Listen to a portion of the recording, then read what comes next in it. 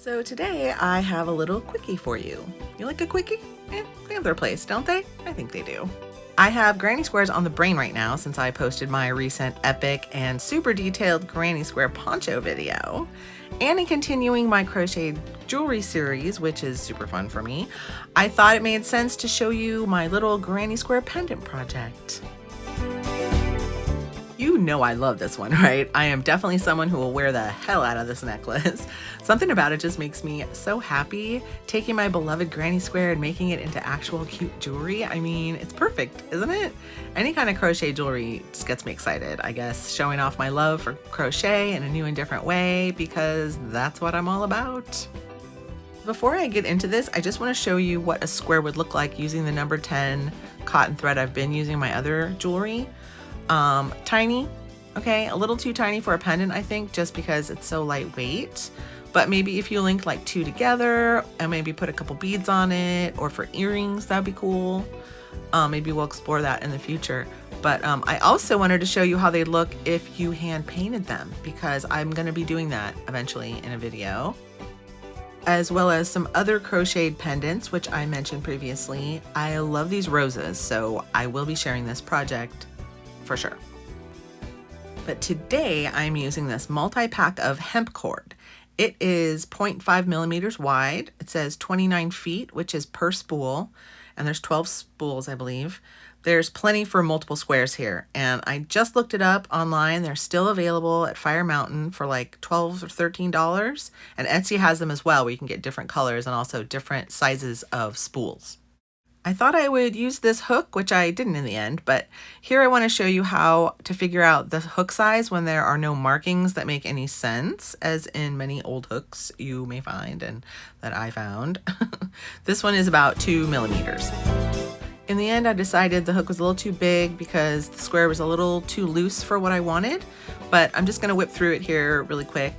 I do love the colors of this one, so I actually am going to remake this one with the smaller hook in the end so I can wear it as my finished necklace, so you will see it return a little bit smaller.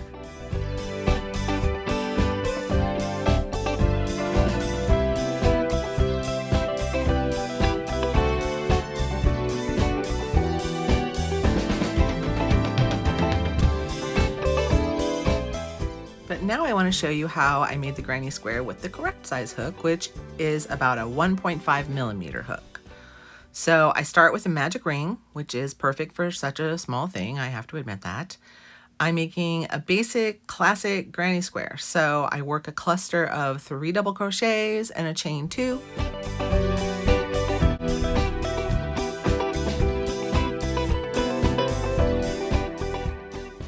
Then I repeat that until I have 4 clusters.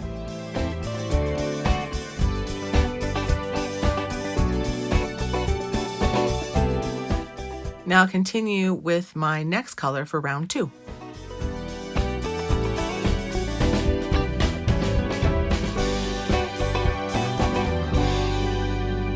Here I'm showing you a little bit of how I work my ends in as I go. As I mentioned before, I just posted a killer granny square video with all the detailed info and tips on how I make granny squares. So please go check that out if you need a little more, because like I said at the beginning, this is just a quickie.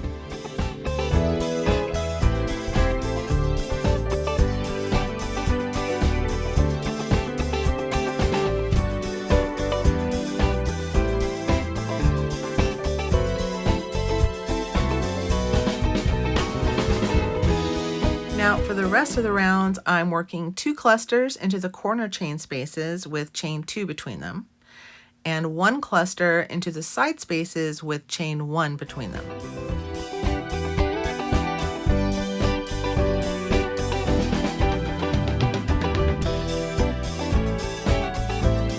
Now I'm really kind of trying to pay attention to keeping my stitches nice and tight, because I know that will help my pendant be tight and stiffer in the end, which is what I want. When we're crocheting with such a thin thread, keeping a tight tension in your fingers is really key to controlling your stitches. Notice how I hold on to the entire work just to keep everything in place as I go and just kind of under control. Okay, now I'm going to finish up with a single crochet around the edges and 3 in the corners. This is going to tighten it up really well and stiffen our square up nicely. Just get our shape nice and tight.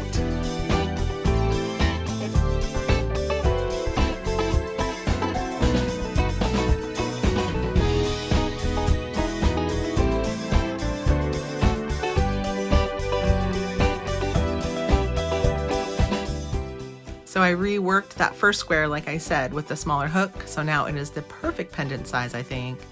I really wouldn't want to go much bigger than this.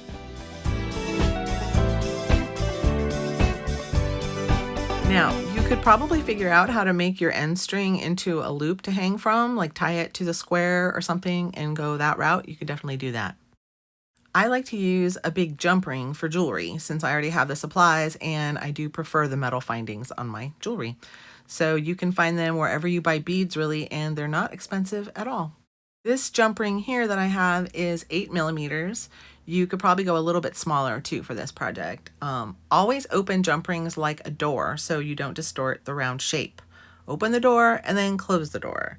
Now I have pliers, but with these larger rings, you can do it with your fingers pretty easily as well. I'm just going to poke it through the corner stitch, which is pretty tight. So I'm using my hook to open it up a little bit.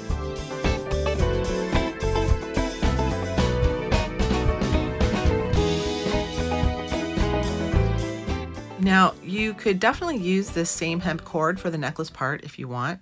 For my cord, I'm using this 1mm waxed linen.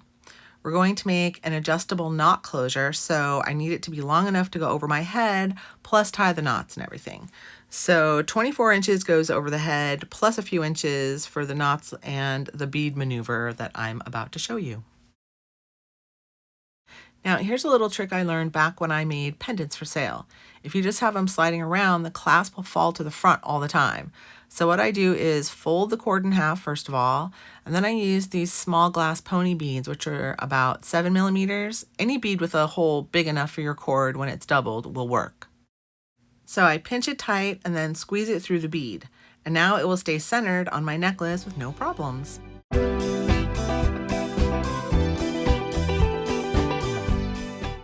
I just add it to my jump ring and boom. Close the door nice and tight, and then I turn the little seam to the back and it looks real good.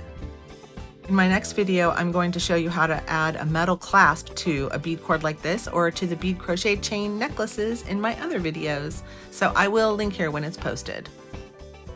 For our slidey adjustable knot, lay your ends so they point in opposite directions. Then tie one end around the long cord by tying a simple overhand knot and kind of just catching it in there. The little cord end should point toward the pendant, like away from each other. Then tie the other end the opposite way, keeping the cord end pointing toward the pendant as well and away from the other knot.